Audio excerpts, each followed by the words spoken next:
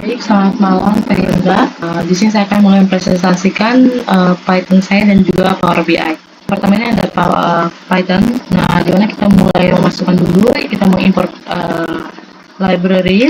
Setelah kita mengimport datanya, kita mulai melakukan meload dataset. Nah, di sini semua dataset utama itu dibaca lebih dahulu, kemudian yang akan tampilkan itu 5 baris awalnya. Nah, yang pertama di sini ada ukuran data awal itu ada customer, order, product, dan juga seller. Nah, berikutnya tabel order, tabel customer, tabel product, dan juga tabel seller. Kemudian kita mulai melakukan data cleaning pada tabel order. Nah, tabel ini menunjukkan bahwa ini sebelum kita melakukan data cleaning. Jadi tabel ini tabel sebelum kita melakukan cleaning. Nah, jadi yang pertama itu kita menghapus baris yang tidak memiliki order ID atau customer ID. Kemudian kita masukkan kodenya, dan setelah kita merunning, maka di sini akan terlihat ukuran data setelah drop baris tidak valid. Nah, sekarang ukuran datanya itu sudah menjadi 11.000, di mana pada awalnya itu ukuran data itu ada 11.001. Berarti satu kolomnya itu, satu barisnya itu sudah dihapus. Kemudian kita mengubah kolom tanggal ke format datetime, di mana yang pertama kita membuat daftar kolom yang berisi informasi waktu seperti tanggal pembelian, tanggal pengiriman, ulasan, dan juga lain-lain. Kemudian kita melakukan full in date calls, dan yang terakhir kita mulai merunning, dan ini merupakan contoh hasil konversi tabel yang telah kita running. Itu ada order purchase time step, order deliver customer date, dan juga review creation date. Kemudian yang ketiga, kita mengisi missing value pada kolom numerik dengan median.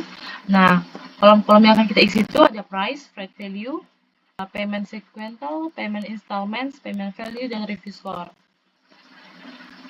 Kemudian kita mencari nilai tengahnya atau nilai median dari masing-masing kolom ini, dan menggunakan nilai tersebut untuk mengisi sel-sel yang kosong. Nah, jadi setelah kita running, hasilnya akan seperti ini tabelnya. Bisa kita lihat. Oke. Kita lanjut. Kita menghapus kolom komentar review yang tidak dipakai. Nah, di sini ada 3 kolom, yaitu review comment title, review comment message, dan juga review answer time step. Kemudian kita merunning, dan hasilnya seperti ini. Jadi kolom yang tidak dipakai itu sudah tidak ada pada kolom ini. Jadi cuma ada review ID, review score, dan juga review creation date. Kemudian kita menambah kolom total cost dengan menjumlahkan kolom price dan juga kolom freight value. Setelah kita merunning, maka hasil setelah menambah kolom total cost ini ada 3, jadi price, freight value, dan juga total cost. Kemudian ada menambah kolom purchase amount dengan memasukkan kodenya. Karena kita mau menambah kolom, jadi kita masukkan kode kolom untuk order purchase time step. Nah, setelah kita merunning, maka hasilnya akan seperti ini. Kemudian menambah kolom delivery time days itu dengan mengurangi kolom order deliver customer date dikurangi dengan order purchase time step, yaitu maka hasilnya akan menjadi 3 kolom, yaitu order purchase time step, order deliver customer date, dan juga delivery time days. Kemudian kita menambah kolom shipping delay days, itu dengan mengurangi order deliver customer date dengan order estimate deliver date. Maka untuk kolom shipping delay days-nya akan menjadi seperti ini. Kemudian kita masuk pada data cleaning pada produk. Nah, ini sama seperti di atas. Ini tabel yang belum kita melakukan data cleaning sama sekali. Nah, jadi yang pertama kita mulai dengan merename kolom. Dimana di sini kolom-kolom yang akan kita rename itu ada 2 kolom, yaitu product name length dan juga product description length.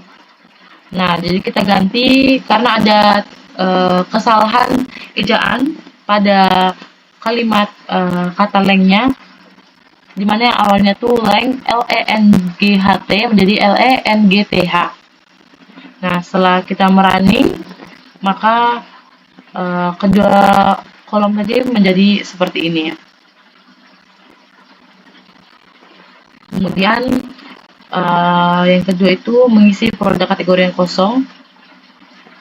Nah, produk kategori yang kosong itu ada pada produk kategori name dengan mengisi nilai kosong dengan kita memasukkan kode unknown. Setelah kita melakukan running, maka hasilnya akan seperti ini. Kemudian kita melakukan merge dataset.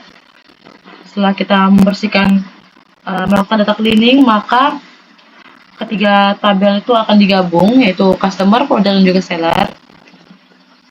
Nah, dimana kita masukkan kode, kita menggabungkan ketiga kolom ini, ketiga tabel, dan hasilnya akan seperti ini.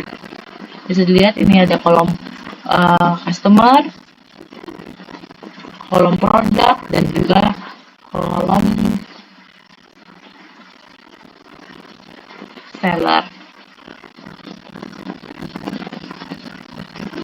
Kemudian kita melakukan manipulasi data, di mana yang pertama kita melakukan group by plus sum revenue per bulan.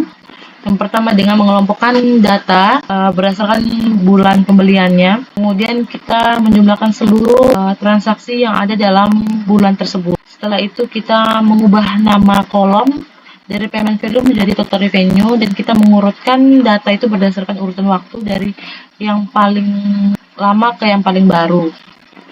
Nah, setelah kita merunning, maka hasilnya akan seperti ini, tabel revenue per bulannya. Kemudian yang kedua, kita melakukan group by plus sum, yaitu top 10 kategori produk berdasarkan revenue. Nah, yang pertama, kita mengelompokkan semua datanya itu berdasarkan produk kategori name.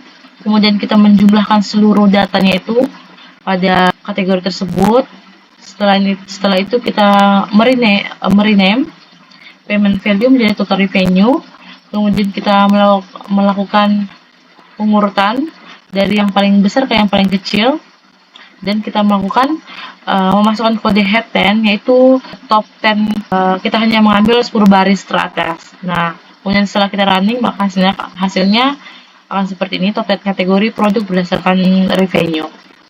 Kemudian setelah itu kita melakukan aggregate, ringkasan statistik transaksi, di mana pada analisis ini kita akan melakukan pada 4 variabel, 4 kolom, yaitu price, rate value, payment value, dan juga review score, dengan 4 indikator statistik, yaitu min, median, minimal, dan juga maksimal.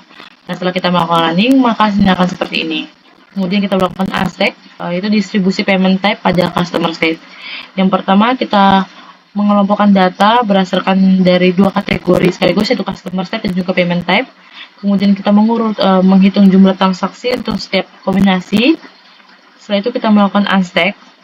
Nah, setelah kita merunning, maka tabel unstack payment type per customer state-nya akan seperti ini. Kemudian ada manipulasi pada rata-rata review berdasarkan status order. Nah, yang pertama itu kita mengelompokkan data berdasarkan status order atau order status. Kemudian kita menghitung nilai rata-rata pada review score. Setelah itu kita merename kolom yang awalnya review score menjadi average review score, dan kita mengurutkan nilai dari yang tertinggi ke yang terendah. Setelah kita merunning, maka tabel rata-rata review berdasarkan status order seperti berikut. Kemudian ada manipulasi pada top 10 state customer berdasarkan revenue. Nah, cara yang pertama itu sama, kita kita mengelompokkan data berdasarkan kode customer state, kemudian kita menjumlahkan seluruh nilai transaksi. Setelah itu kita merename kolom, yaitu payment value menjadi total revenue. Kemudian kita mengurutkan total revenue dari yang paling besar ke yang paling kecil. Kemudian setelah kita running, maka ini hasil top 10 state customer berdasarkan revenue. Nah, kemudian kita masuk pada visualisasi data. Yang pertama ini adalah trend revenue bulanan, di mana menunjukkan sumbu X-nya itu yaitu bulan, dan sumbunya itu ada pada total revenue. Bisa kita lihat setiap mulai dari tahun 2016 akhir hingga 2018 pertengahan, terjadi kenaikan dan juga penurunan. Nah, dan yang paling naik itu terdapat pada tahun 2017 bulan 11, yaitu sebesar 140.000. Dan yang paling rendah itu kita bisa lihat pada 2016 bulan 9. Kemudian yang kedua itu ada top 10 kategori produk terlaris, di mana sumbu X itu menunjukkan total revenue dan juga sumbu Y itu menunjukkan kategori produk. Dengan total revenue yang paling besar itu ada pada Batable sebesar 160.000, dan yang paling rendah itu ada pada Cool Stuff, yaitu sebesar 80.000. Kemudian ada distribusi metode pembayaran. Nah, pada distribusi metode pembayaran ini yang paling besar itu terdapat pada credit card. Bisa kita lihat orang-orang melakukan kredit card, menggunakan kredit card di wilayah tersebut sebanyak 76,6%. Dan yang paling kecil itu bisa kita lihat ada 1,2% itu pada debit card. Kemudian kita melakukan rata-rata review berdasarkan status order. Bisa kita lihat sumbu X-nya itu terdapat pada order status dan sumbu Y itu terdapat pada average review score. Dengan nilai yang paling besar itu ada pada delivered, yaitu sebesar 4,0, dan yang paling kecil itu ada pada created sebesar 1,0. Kemudian ada top 10 state customer berdasarkan revenue, di mana sumbu X-nya itu menunjukkan total revenue dan sumbu Y itu menunjukkan customer state.